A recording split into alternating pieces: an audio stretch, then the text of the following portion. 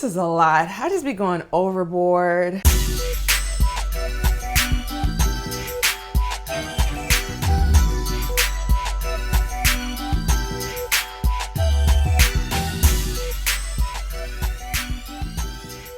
Hello YouTube and welcome back to Snatural Remedies. My name is Summer Martin and I'm back with another great video for you guys. Today's video is going to be about the good, the bad, and the ugly in regards to cooking oils. Yes, you see all this loveliness here. I want to share with you guys what I've learned on my autoimmune journey in regards to cooking oil, what we should cook with versus what we should use for dressing, and just what we should stay the hell away from in total. But before we get started, please hit the like button, hit the subscribe button, get into the notification bells so that way this can come down your timeline every week. Every week, come at the food with me every week. But it's time to get started because I got some oils to share. It's time to get greasy. It's time to get greasy, get girty, greasy. Yeah, let's just get greasy. So I'm gonna start with these bad oils. You know me, I need the bad news first, then give me the good news later. So these oils to my left, and I'm gonna give you an overall, they are considered bad because they cause a lot of inflammation in your body. They also contribute to obesity, hypertension, strokes. I mean, the list can go on, but overall, you really wanna stay away from these oils. Now let's get into a little bit of detail about these bad boys. So what I have over here to my left is I have vegetable oil, I have canola oil, and some peanut oil, and good old-fashioned Crisco, which is also a form of vegetable oil, but as you know, it's just firm. So the first oil I'm gonna tell you guys about is corn oil. Corn oil is typically in your vegetable oils, and let me tell you something, this bad boy is super toxic. Corn oil has 60% of omega-3 fatty acids. And let me tell you, that is a polyunsaturated fat. At that level of content, that will definitely be unhealthy for your body. You do not want to consume that much polyunsaturated fat. These vegetable oils are processed at a 500-degree heating point, leaving it so toxic for your body. It's going to get trapped all in your arteries. It's going to give you all types of inflammation. Like, that is way too high of a smoke point for any oil to be processed. So these oils, vegetable oil, corn oil, they are highly refined. Anytime you get oils, you do not want to go with refined. You want to go with unrefined. Why? Because it is processed like that. To give you an example of just how toxic that is, it's also used to process diesel fuel. Why would I fry or eat something that is also used to make fuel? Like, am I tripping? You know what else a lot of these vegetable oils are also in that we eat all the time? Cereal. Cereal. Yes, you're feeding your kids to it every freaking morning, every weekend, just gobbling down big bowls of cereal. I'm guilty of it too. It's one of my favorite snacks. Even a gluten-free cereal, I have to check the back of the box to make sure there's no vegetable oil. Now let's move on to canola oil. Canola oil has the same problem. Canola oil has 28% of omega-6 polyunsaturated fats. Not as high as the vegetable oils, but still pretty darn high. So again, when it comes to how these oils are being processed, it makes all the difference in the world. And canola oil is definitely processed with rapeseed oil, which is also toxic. Why would you use a toxic oil to create an oil that's supposed to be non-toxic just to come out with a huge toxic compound to feed to everybody? Canola oil is also used in a lot of restaurants. I'm telling you guys, be careful when you order out, when you eat out. Even on a 5-star restaurant, like I don't care if you're in Beverly Hills, if you're in any type of 5-star hotel, any type of restaurant, guarantee they are using canola oil, they're using soybean oil, they're using vegetable oils, they're using some type of toxic oil to cook all those foods, especially the stir fry. We all love hibachi. Yeah, but the oil's toxic. And peanut oil. Peanut oil, same deal. Super high in omega-6, polyunsaturated fats. It is extremely toxic to cook with. Peanut oil is prone to oxidation. And again, we don't want to put things in our body that's going to reverse all the nutrition that we're trying to put into it. Especially if you're cooking and you're using organic ingredients and you're spending all this money so that you can have a healthy diet, and then you turn around and fry something in peanut oil. just a waste. And last but not least is soybean oil. Now, I couldn't even find soybean oil in the grocery store. That's how crazy it is right now with soybean oil. It is being used everywhere, especially in restaurants too. They love soybean oil. Why? Because it's cheap. But what's crazy about soybean oil is that they extract it with hexane, and that is, I mean, the worst chemical that you can use for anything. So I can't believe that at this point, just to make the product cheaper, they're actually using really, really toxic compounds to extract it and to process it, and then just giving it to the masses. Now, I mentioned rapeseed when I talked about canola oil, and I didn't know what rapeseed was at first. I didn't know that, honestly, it's been around since ancient times, and actually our ancestors used to use rapeseed quite often, and it actually is good for you. The problem is though, right around the 90s, when Monsanto came into the picture, they start changing shit up. Mid-90s, when Monsanto came aboard, they pretty much started making GMO products, GMO vegetables, GMO this, GMO that. I mean, they pretty much changed the molecular structure of corn, the molecular structure of all of these yummy plants that were really good for us. When this DNA structure changes, and this includes rapeseed as well, when it changes, it actually turns it from an omega-3, which naturally that's what it is, into an omega-6. And y'all know an abundance of that omega-6 is just toxic to your system. Here we go again with the inflammation and the hypertension and the strokes and the obesity, all the things that lead down a slippery slope when you start consuming too many omega-6s.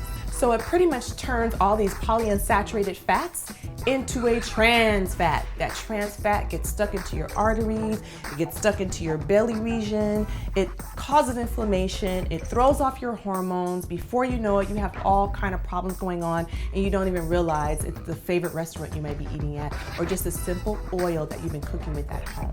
So I say stay away from all of these nasty oils. I know that they are cheaper. Sometimes it seems it might be best, especially if you have a business, but at the end of the day, you're really causing a lot of harm to your body and to your customers. So now that we've talked about the bad and the ugly, let's talk about the good.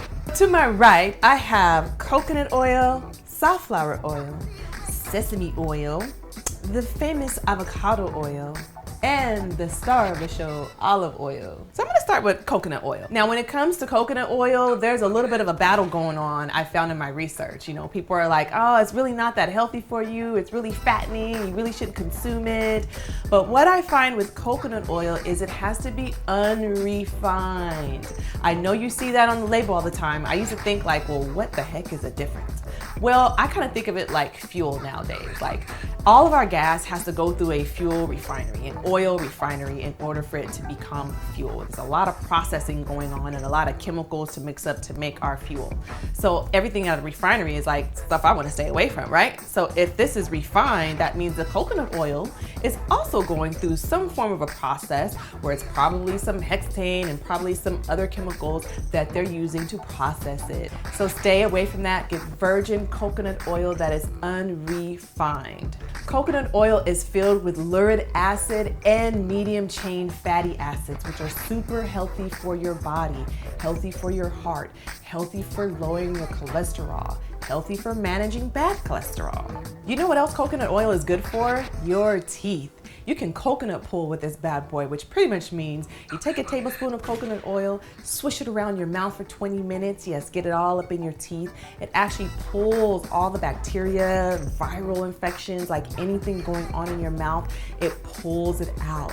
And it whitens your teeth at the same time. So if you swish it around for 20 minutes and then spit it out, and then go into your teeth brushing regimen and your flossing and your tongue scraping and everything else that you do, you are gonna get some flossy teeth. Do you see mine? It's just flossing. Up next is olive oil. Olive oil is my favorite, but it's not what you do, it is how you do it. If you're gonna do olive oil, keep it extra virgin. Like, that's the same thing along the lines with the coconut oil, refined versus unrefined.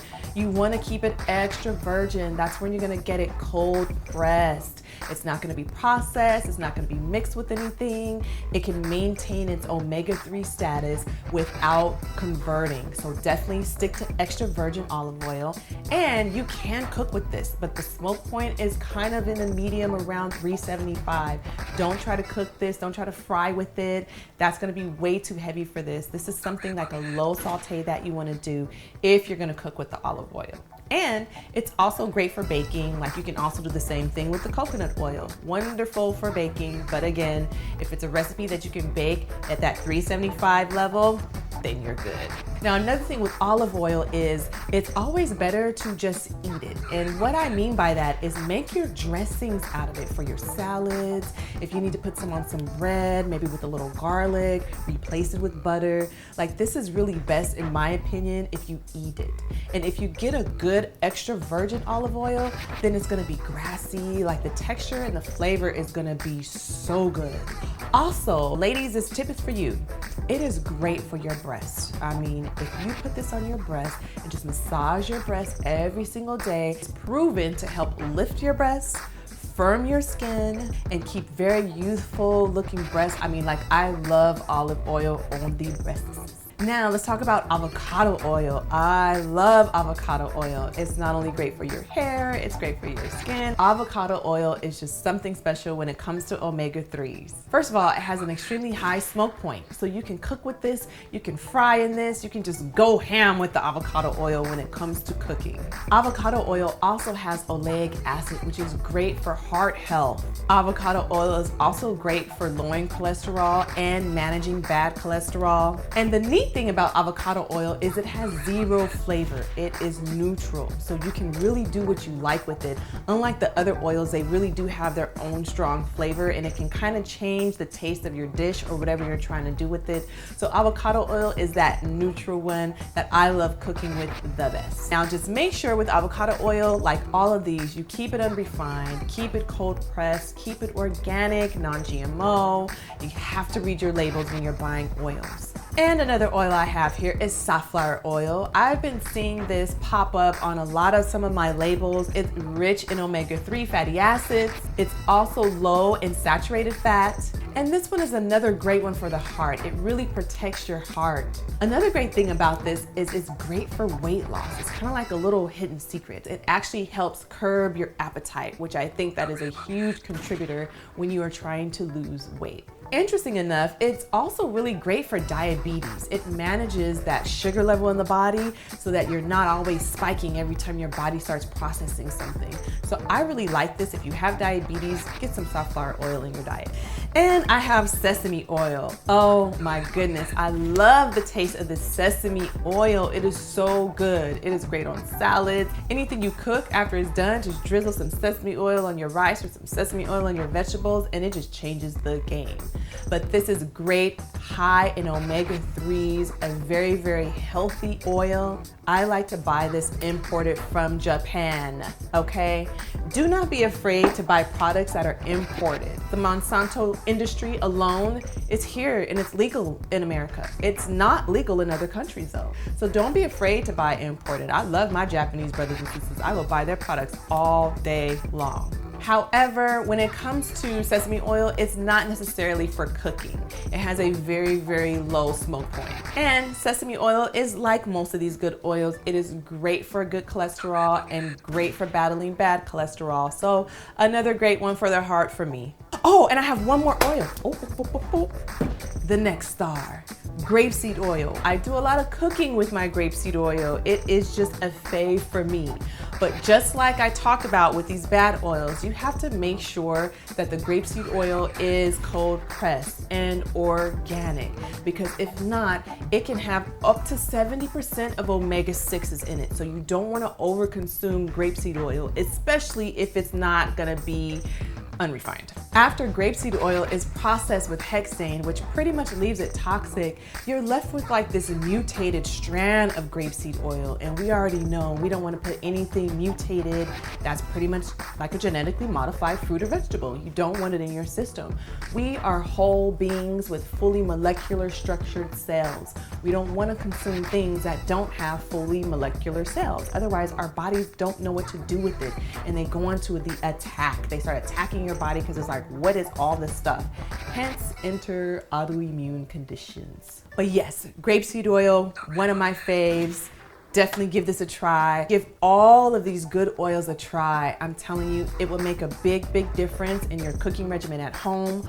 Also, please stay out of the restaurants. I know that sounds crazy, but trust me, they're using all these cheap oils to cook your food. Last but not least, I just wanted to do a little note about cooking sprays, because I hear y'all already like, oh, okay, cool. I'm not gonna use any of this bad stuff, but I'll just stick to my cooking sprays when I go on and cook. When it comes to cooking sprays, you wanna stay away from all those other off-brands. For me, I just use an avocado oil spray. I'm gonna have it in the description box for you guys, but all the other sprays out there, they have a propellant in those cans because they have to use that in order to get the spray out.